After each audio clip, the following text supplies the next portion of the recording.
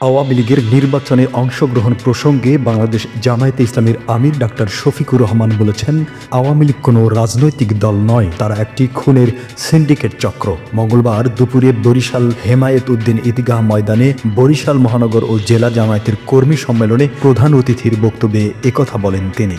আমির জামায়াতে doctor Shafiqur Rahman বলেন, আমরা চাই গণহত্যার সঙ্গে জড়িত যারা, তাদের বিচার হোক, তাদের দলের বিচার হোক। শেখ হাসিনাকে উদ্দেশ্য করে তিনি বলেন, আপনারা তো নিজেদের দেশপ্রেমিকের দাবি করেন, তো দেশপ্রেমিক হলে আসেন না কেন?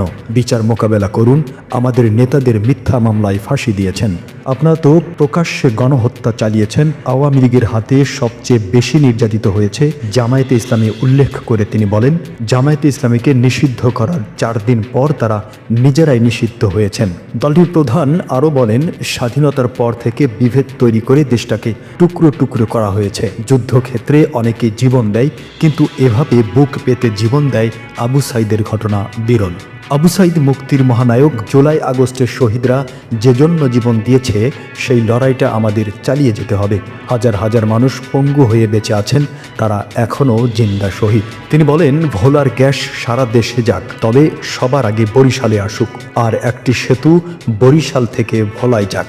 ভোলাসহ পুরো বরিশাল বিভাগকে উন্নত দেখতে চাই। আমাদের যদি আল্লাহ সুযোগ দেন, তাহলে বরিশালবাসীর সকল দাবি পূরণের চেষ্টা করব। আর যদি বিরোধী আসনেও থাকি, তবে আপনাদের দাবিগুলো তুলে ধরব। মাওলানা রফিকুল ইসলাম খান বলেন, বিগত ফ্যাসিবাদী সরকার ইসলাম নির্মূল করার উদ্দেশ্যে সাবেক আমির মাওলানা মতিউর রহমান নিজামী সহ জামায়াতের নেতাদের ফাঁসি দিয়ে হত্যা করেছে। তারপরও জামায়াত নেতারা পালিয়ে যাননি। তিনি বলেন, ফ্যাসিবাদীরা এখনও চক্রান্ত করছে, আর কোনো ফ্যাসিবাদকে এদেশে মাথা চাড়া দিয়ে উঠতে দেওয়া হবে না। প্রশাসন ও সরকারি দফতরসমূহে ফ্যাসিবাদের দোসরদের বিরুদ্ধে ব্যবস্থা নিতে হবে। ঢাকা মহানগরী দক্ষিণের সেক্রেটারি ডক্টর শফিকুল ইসলাম মাসুদ বলেন, বরিশাল থেকে নতুন করে ইসলামী আন্দোলন শুরু হয়ে তা দেশের 56,000 বর্গমাইল ছড়িয়ে যাবে। নতুন এই বাংলাদেশ ইসলামী আন্দোলনের বাংলাদেশ। তিনি বলেন, যারা ত্যাগের রাজনীতি করে তাদের দেশ ত্যাগ করতে হয় না, আর যারা ভোগের রাজনীতি করে তারা দেশ ত্যাগ করতে বাধ্য হয়। সনাতনী ধর্মের পক্ষ থেকে বক্তব্য দেন অসীম কুমার হালদার। তিনি বলেন, এ দেশের হিন্দু সম্প্রদায় বেশি কিছু চায় না, তারা চায় শুধু শান্তি। 5 আগস্টের পর আমার এলাকায় হিন্দুদের ওপর কোনো হামলা হয়নি।